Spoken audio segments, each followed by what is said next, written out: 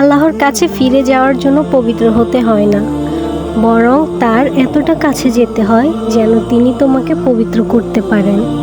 তুমি হয়তো পাপে ডুবে গেছো, কিন্তু জানো কি, আল্লাহ এখন তোমার কাছেই আছে। আল্লাহ বলেন, তোমার রব বলেন, তোমরা আমাকে ডাকো, আমি তোমাদের ডাকে সাড়া দেব।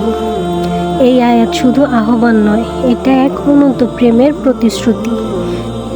ভাবো তো, এক পাপী বান্দাকে আল্লাহ নিজেই বলেন, তুমি আশা হারিও না। রাতে যখন তুমি একা থাকো, তখন মনে হয় সব কিছু শেষ, তখন মনে রেখো আল্লাহ তাআলা তখনও জেগে আছেন, শুনছেন আর অপেক্ষা করছেন তুমি কখন তার দিকে ফিরবে। মানুষের দরজা বন্ধ হতে পারে, কিন্তু আল্লাহর দরজা সব সময় খোলা। তাই জীবন যতবারই ভেঙে পড়ুক, যত পাপেই ঢেকে যাক হৃদয়, তাওবা করো আর ফিরে এসো।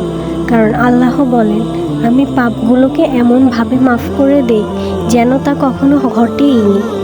যদি তুমি এখনই ফিরে আসো, আল্লাহ তোমার জন্য জান্নাত লিখে দিতে পারেন। অতঃপর বলবো, এই ভিডিওটা যদি তোমার হৃদয় ছুঁয়ে থাকে, তাহলে বন্ধুদের সাথে শেয়ার করো। হয়তো তোমার একটা শেয়ারে অনেক মানুষ হেদায়েতের পথে ফিরবে।